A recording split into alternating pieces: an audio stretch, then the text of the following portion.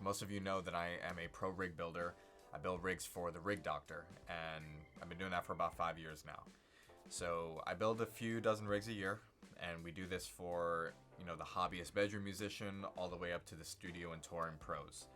And we also do consultations where we give this information to clients based on their pedalboard setup and what they want to do. And we always cover configurations and different routing options and signal chains and do's and don'ts and basics and all this different kind of stuff. So I want to give some of that information away. So let's talk pedalboard basics. So we preach the quote-unquote holy trinity of tone, and that is an isolated power supply, soldered cabling, and input-output buffers. And a surprising amount of people don't know what these are or don't use them. And to us, these are the foundations of having a good, solid, reliable pedalboard. So let's talk about them. So let's talk power supplies. There are two types of power supplies. There are linear and switch mode.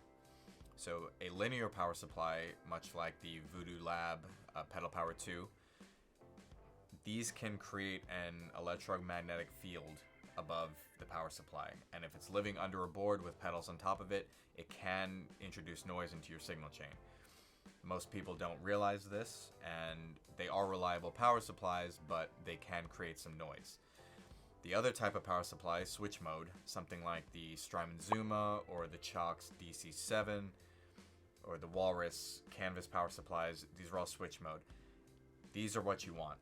They are reliable, they typically have a little more power on tap, they have little to no noise, and most of the time you can flip them between 110 volt and 220 based on where you are in the world. So let's talk buffers. So most people don't think they need them, most people don't use them, but I can almost guarantee you that you probably do. So what it does is it converts the high impedance signal coming from your guitar, converts it to low impedance so you can hit pedals. You do that at the front of your pedal board and the back of your pedal board, so that way you can use a long cable to go to your pedal board and then another one to go back to your amp without losing any of your tone or signal integrity. Alright, now let's talk cables. So a lot of people still use solderless cables, and I don't know why. Use soldered cables only. That's for your instrument cables, your power cables, your patch cables, everything. Only use soldered cables. It is a gas tight connection.